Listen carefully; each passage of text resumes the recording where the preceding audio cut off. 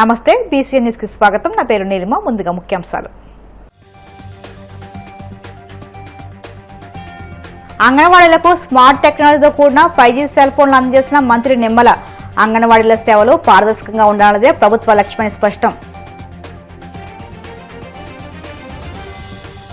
కొల్లేరు ప్రాంత ప్రజల సమస్యలను సీఎం చంద్రబాబు దృష్టికి తీసుకువెళ్లి పరిష్కారం కృషి చేస్తా మంత్రి కొలుసు పాదసారథి స్పష్టీకరణ. నెల్లూరులో ఘనంగా పొట్టి శ్రీరాములు వర్ధంతి కార్యక్రమం. ఆయన విగ్రహానికి పూలమాలలు వేసి నివాళులర్పించిన మంత్రి నారాయణ. పీపీపీ విధానంలో మెడికల్ కాలేజీల నిర్మాణమే మేలంటూ ఎల్లో మీడియా రాతలు రాయడం దుర్మార్గం. మాజీ మంత్రి సిదిరి అప్పలరాజు ఆక్షేపణ. అంగన్వాడీల సేవలు పారదర్శకంగా ఉండాలన్నదే ప్రభుత్వ లక్ష్యమని, అందుకోసం అంగన్వాడీలకు స్మార్ట్ టెక్నాలజీతో కూడిన 5G సెల్ ఫోన్లు అందజేయనున్నట్లు మంత్రి నిమ్మ రామనాయుడు తెలిపారు. పశ్చిమ గోదావరి జిల్లా పాలకొల్లులోని మంత్రి కార్యాలయంలో నియోజకవర్గంలోని 224 మంది అంగన్వాడీ కార్యకర్తలకు కూటమి నాయకులతో కలిసి ఉచితంగా సెల్ ఫోన్లు పంపిణీ చేశారు. ఈ సందర్భంగా మంత్రి మాట్లాడుతూ రాష్ట్ర వ్యాప్తంగా 58,204 మంది అంగన్వాడీ కార్యకర్తలకు 75 కోట్లతో ప్రభుత్వం సెల్ ఫోన్లు పంపిణీ కార్యక్రమం చేపడుతుందని తెలియజేశారు.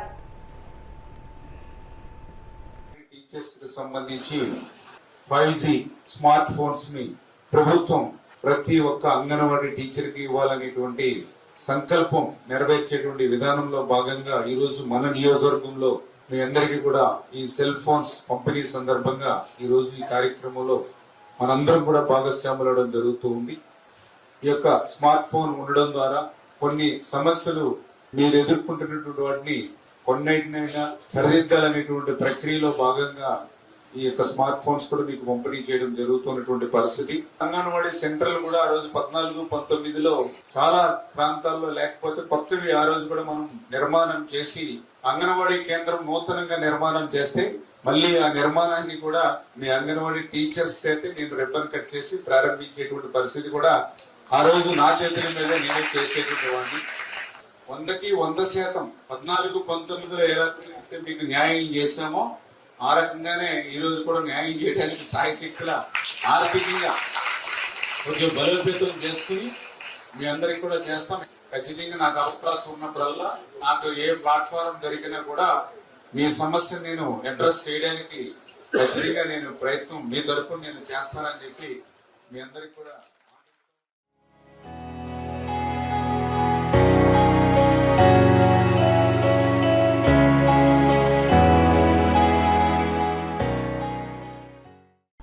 కొల్లేరు ప్రాంత ప్రజల సమస్యలను ముఖ్యమంత్రి చంద్రబాబు దృష్టికి తీసుకువెళ్లి పరిష్కారానికి కృషి చేస్తానని మంత్రి కొలుసు పాదసారథి అన్నారు.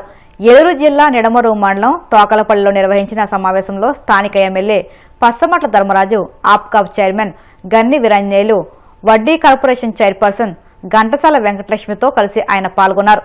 ఈ మేరకు కొల్లేరు ప్రజల సమస్యలను అడిగి తెలుసుకున్నారు. ఈ సందర్భంగా మంత్రి పాదసారథి మాట్లాడుతూ పర్యావరణాన్ని పరిరక్షించాల్సిన బాధ్యత ప్రతి ఒక్కరిపై ఉందని, కొల్లేరులో కొందరి స్వార్థపరులు అభివృద్ధి పేరుతో పర్యావరణాన్ని ధ్వంసం చేశారన్నారు.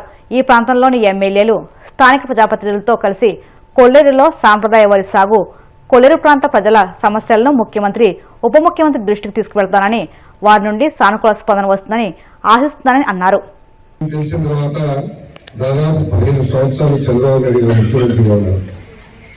ఈ రోజు మీకు మీరు చేసే సాంప్రదాయ వ్యవసాయాన్ని ఆయన నాయకత్వంలో అప్పుడప్పుడు ఇప్పుడు ఎందుకు ఆపుతారని మీరు అప్పుడపడుతున్నారు. మీరు ఒక్కసారి అర్థం చేసుకోండి.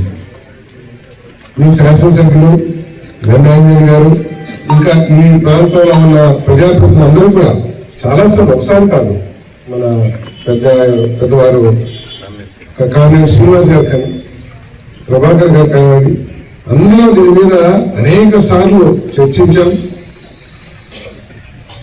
ఈ ఫారెస్ట్ అధికారులను పిలిపించి, ఉన్నతాధికారులను కూడా పిలిపించి అసెంబ్లీలో ఎందుకు మీరు విధంగా చేస్తా ఉన్నారు, పర్యావరణం ఎంత ముఖ్యమో పేదవాడి జీవితాలు కూడా అంతే ముఖ్యం, పేదవాడి బ్రతుకులు కూడా అంతే ముఖ్యం. పర్యావరణానికి నష్టం జరగకుండా మీరు కాపాడండి, మీ వృత్తి ధర్మం మీరు చేయండి.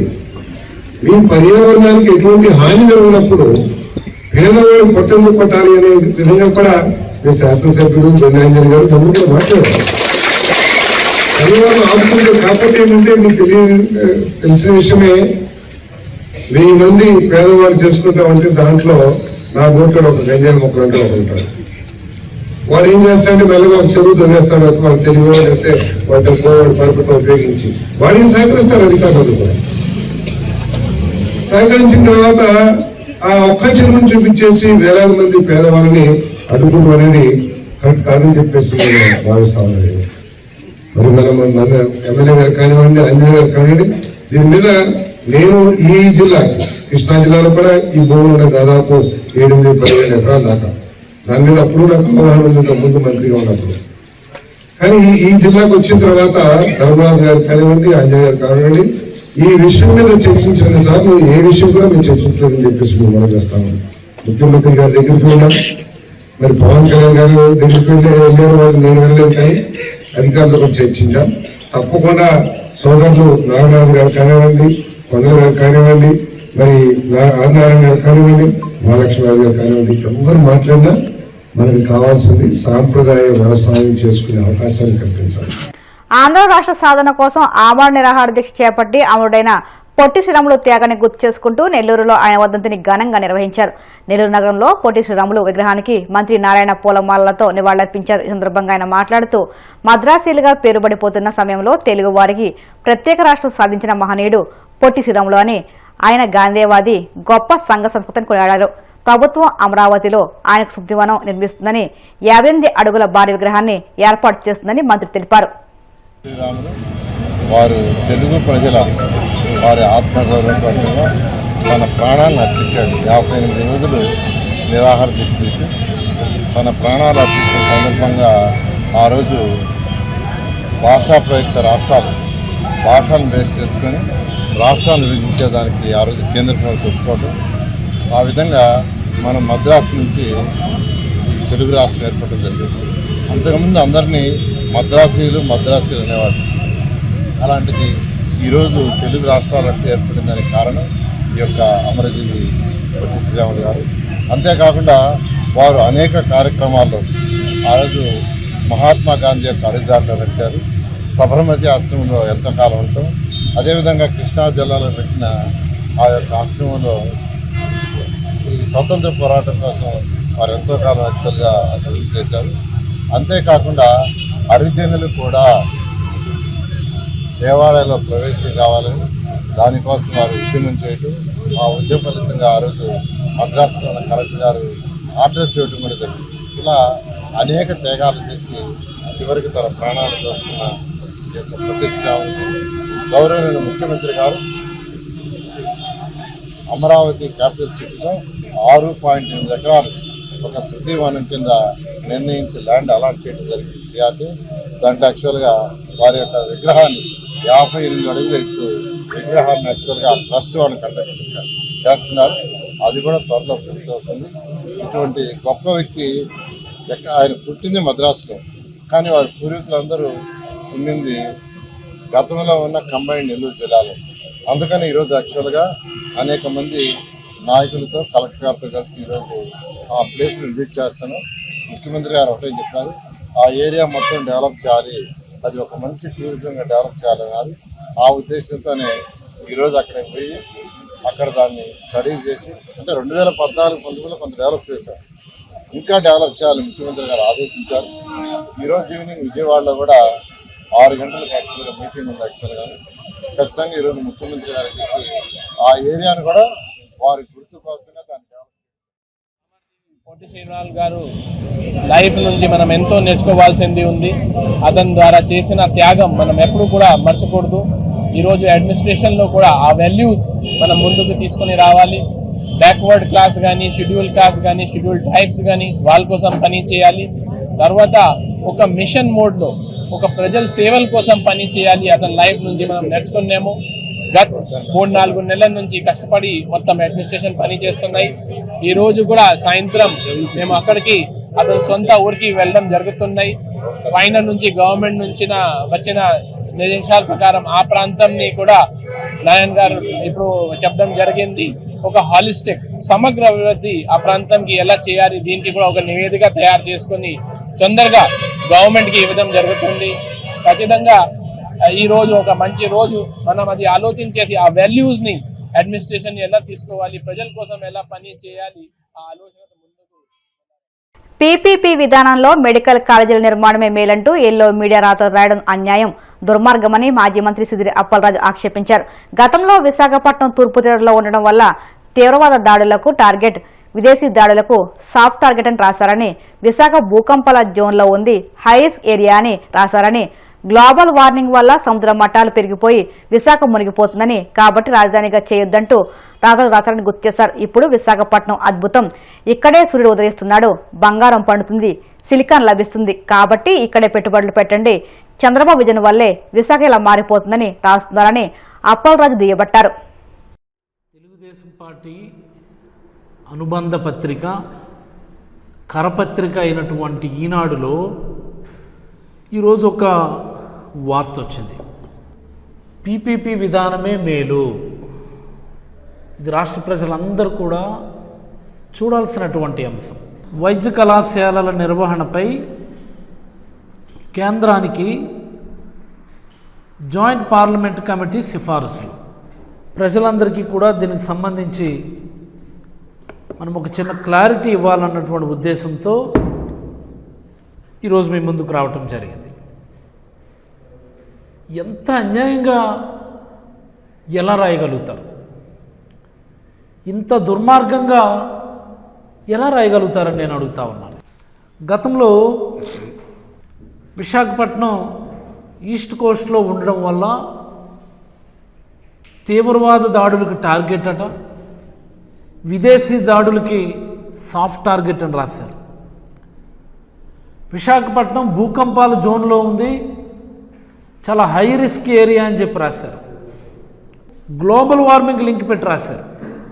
గ్లోబల్ వార్మింగ్ వల్ల సముద్రపు మట్టాలు పెరిగిపోతున్నాయి, తద్వారా రాబోయే రోజుల్లో విశాఖపట్నం మునిగిపోతుంది, అందుకని విశాఖపట్నాన్ని మీరు రాజధానిగా మీరు చేయొద్దు, విశాఖపట్నం రాజధానిగా పనికిరాదు అని చెప్పి గతంలో రాతలు రాసినటువంటి ఇదే ఈనాడు ఇప్పుడేమని రాస్తున్నారు, విశాఖపట్నం అద్భుతం, విశాఖపట్నంలోనే సూర్యుడు ఉదయిస్తున్నాడు, విశాఖపట్నంలోనే బంగారం పండుతుంది, విశాఖపట్నంలోనే సిలికాన్ లభిస్తుంది, విశాఖపట్నంలో పెట్టుబడులు పెట్టండి, చంద్రబాబు నాయుడు గారి విజన్ వల్లే విశాఖపట్నం ఇంత అద్భుతంగా మారిపోతుందని చెప్పి ఈరోజు విశాఖపట్నాన్ని మోస్తున్నారు.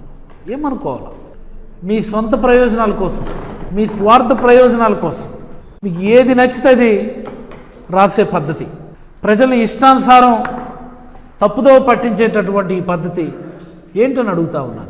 ఈనాడని కాదు, ఇది చంద్రబాబు గారి యొక్క ఆలోచనలు ఈనాడు వారు రాస్తారు. మరి మెడికల్ కాలేజీ గురించి ఏమన్నారు ఇంతకుముందు? జగన్మోహన్ రెడ్డి గారు బీసీ, ఎస్సీ, ఎస్టీ, మైనారిటీలకు చెందాల్సినటువంటి మెడికల్ సీట్స్ని ప్రైవేట్ వ్యక్తులకు అమ్మేస్తున్నారు, 50% సీట్లు ప్రైవేట్ వ్యక్తులకు ఇచ్చేస్తున్నారు, సెల్ఫ్ ఫైనాన్స్ సీట్లు పేరుట అని చెప్పి ఇష్టానుసారం మాట్లాడుకొని తిరిగారు. చంద్రబాబు గారు మాట్లాడారు, చంద్రబాబు గారి కొడుకు లోకేష్ గారు మాట్లాడారు, వీళ్ళిద్దరు ఇచ్చే గ్యారంటీలకి నేను గ్యారంటీ ఉంటానని హామీ ఇచ్చినటువంటి పవన్ కళ్యాణ్ గారు కూడా మాట్లాడారు. ఈరోజు చూస్తే మెడికల్ సీట్స్, సెల్ఫ్ ఫైనాన్స్ సీట్ల సంగతి దేవుడేరు, మెడికల్ కాలేజీలు ప్రైవేట్ వ్యక్తుల చేతిలో పెట్టేస్తున్నటువంటి దౌర్భాగ్యం ఎక్కడైనా విన్నామా? ఇది ఈ గత సంవత్సర కాలంగా రాతలు, చంద్రబాబు గారి విజనరీ థాట్స్లోంచి ఒక గొప్ప ఆలోచన వచ్చింది, పీపీపీ మోడల్లో వీటిని టేకప్ చేస్తాం, పేదలకు మంచి జరుగుతుంది అని. ప్రైవేట్ పార్ట్నర్షిప్లో పేదలకు మంచి జరుగుతుందా? ఎక్కడైనా ఉన్నదా? ఎక్కడైనా ఉన్నదా? ఇది ఏంటి మంచి జరిగేది ప్రైవేట్లో పేదలకు మంచి? మన ఇండిగో వ్యవహారం చూసాం కదా, ప్రైవేట్ గుత్తాధిపత్యం ఎక్కువైతే జరగబోయేటటువంటి అనర్థాలు ఎలా ఉంటాయనేది మన ఇండిగోలో ఇండిగో వ్యవహారంలో చూసాం. మన ఎంపీఏ, కేంద్ర మంత్రి ఎంత చక్కగా దాన్ని వెలగబెట్టారో కూడా చూసాం మనందరం. ఎంటైర్ మెడికల్ ఇన్ఫ్రాస్ట్రక్చర్ ప్రైవేట్ సెక్టార్లో ఉండుంటే కరోనా లాంటి విపత్తు సమయంలో మన పరిస్థితి ఏంటో ఒకసారి ఆలోచించుకోండి. ఎందుకు ఇలాంటి తప్పుడు విధానాలు మరి తీసుకుంటున్నారు, ఇంకా దాన్ని సమర్థించుకుంటున్నారు? ఈ సంవత్సర కాలంగా మీరు సమర్థించుకోవడం మీకు ఎత్తైతే మరి ఈరోజు మీ సమర్థనకి ఇదొక పరాకాష్ట. పీపీపీ విధానమే మేలు, పార్లమెంటరీ స్థాయి సంఘం సిఫార్సులు, పార్లమెంటరీ స్థాయి సంఘం పీపీపీ విధానంలో టేకప్ చేయండి అని చెప్పి సిఫార్సు చేసిందా? ఏంటో రాతలు, పిచ్చి రాతలు. ఇప్పుడు కాసేపు ప్రకటనలు.